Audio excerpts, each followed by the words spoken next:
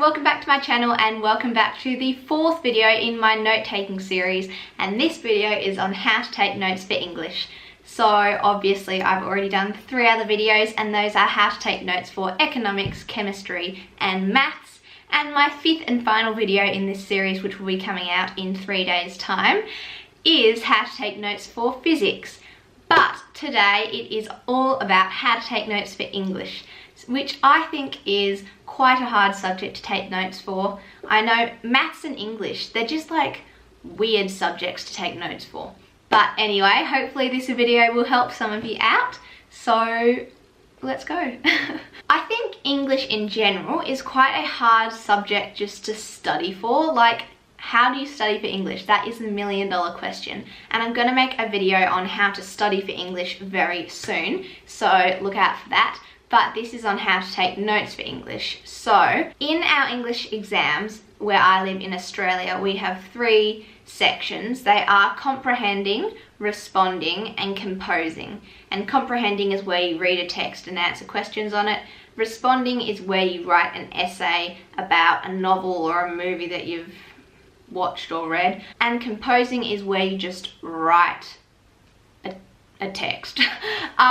So I'm going to go through how I make notes for each of those 3 sections, and I'm going to start with how I make notes for comprehending. So like I said, comprehending is where you get a passage or you get an image and then there's a question on it. For example, it might be, how does the author use literary devices to evoke a powerful mood in this text or something? And these questions are like, oh, honestly, I swear, like, English teachers and English people just read way too much into like what authors have done. Like, an author's probably just written this sentence and they haven't even noticed that they've included some amazing literary device, and then all the English teachers are like, oh my gosh, yes, they've included this literary device and it's done this and this and this to evoke powerful moods and characterization. And like, the author probably didn't think of any of that when they were writing it.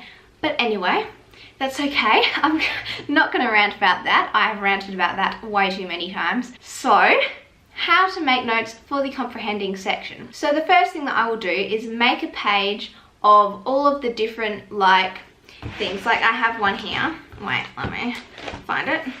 So here, I just have this page and it's got stylistic choices and then a list of stylistic choices, language features and then a list of language features, visual conventions and then a list of visual conventions.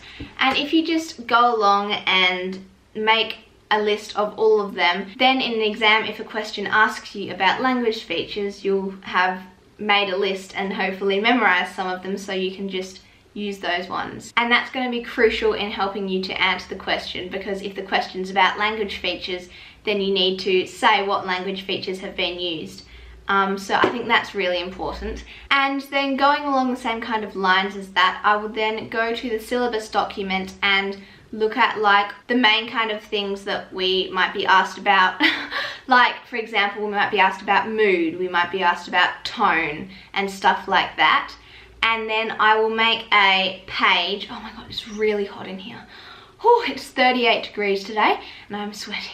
I will make a page of words that I can use to describe mood, and words that I can use to describe tone, and words that I can use to describe these things. So those 2 tips together will help you to answer basically any question. So for example, a typical question might be, how does the author use language features to evoke mood in a text? So then I can just recall my nice charts and be like, okay, language features, let me see, imagery is used here, and what is a word I can use to describe the mood?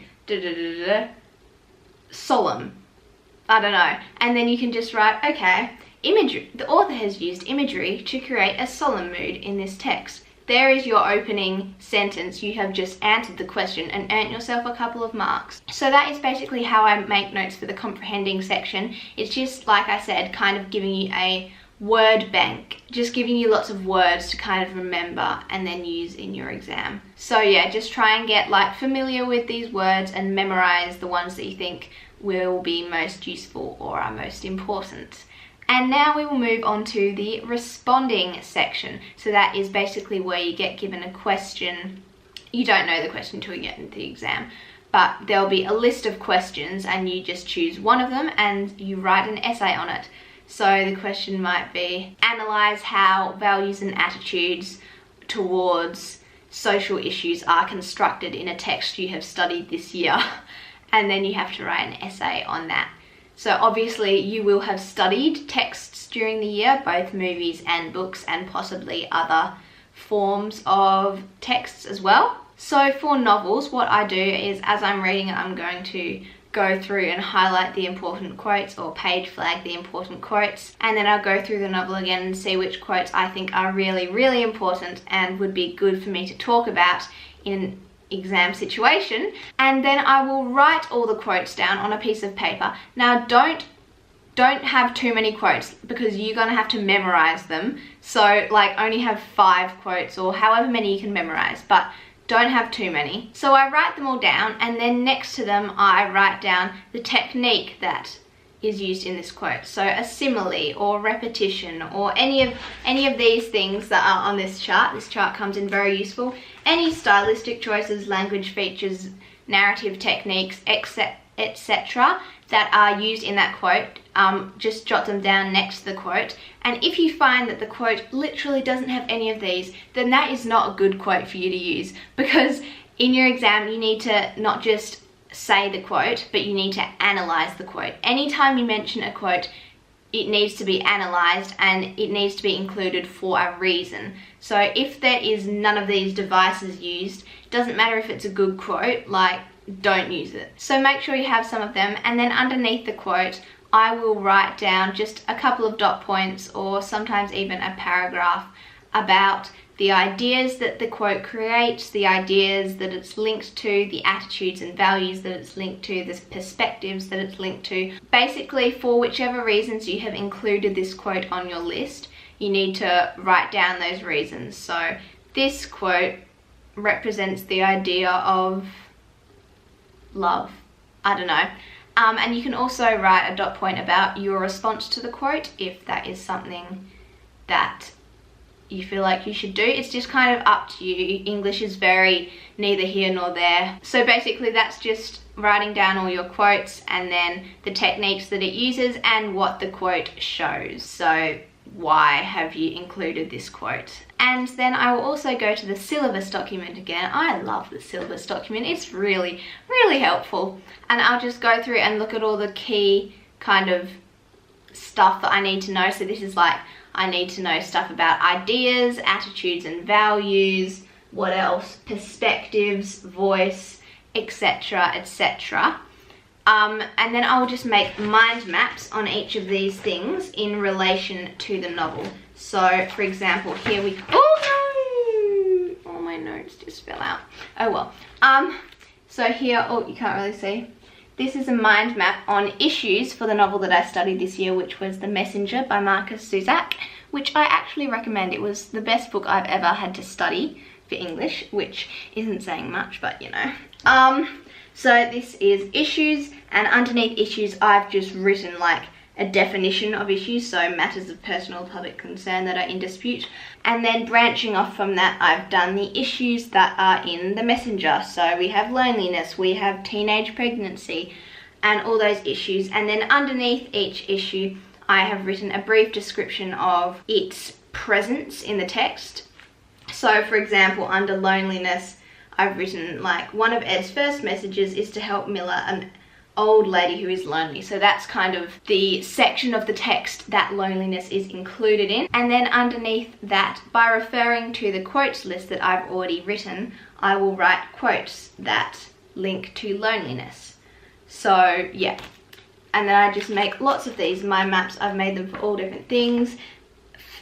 There's an idea there, there's an attitudes and values, there's voice. Like, we have lots of mind maps just for all of those things, because each of those kind of topics is something that the question will be based around. So the question will be based around voice, or it will be based around attitudes and values. You know, it's going to be based around one of those things. So if you've made mind maps of kind of all of them, that's kind of like an essay plan for you. And actually in my English exam, the question that I chose to do was about social issues. And this mind map was so helpful, because I'd written it out like before the exam and gone over it just before the exam, and so I had, here are my 4 ideas about issues, so I picked 3 of them and turned them into paragraphs. So the first paragraph was about teenage pregnancy. I've got a little bit of information about it, and then the quotes, and then the analysis of the quotes, which was on the other sheet. So this is basically like an essay plan, and it was so helpful because I had all the ideas I needed for my essay, and then I could just write it in the exam. So that worked out really well for me, and I think that's definitely a note-taking technique that I'm going to carry forward into next year, my final year of high school. Yay! And then the final section in your English exam is the composing section. And personally, I don't make notes for the composing section, so I'm not going to talk about that in this video. But in my how to study for English video that I'm going to be making very soon, I will talk about how to study for each of the 3 sections, and I'm going to include how to study for the composing section in that video. So yeah, that is coming out soon. But anyway, that is the end of the video on how I take notes for English. I really hope this video helped you out. I think it was a bit rambly, and I think it may have not all made sense, but yeah, English is just quite a subjective topic, and I think everyone has very, very different note-taking techniques.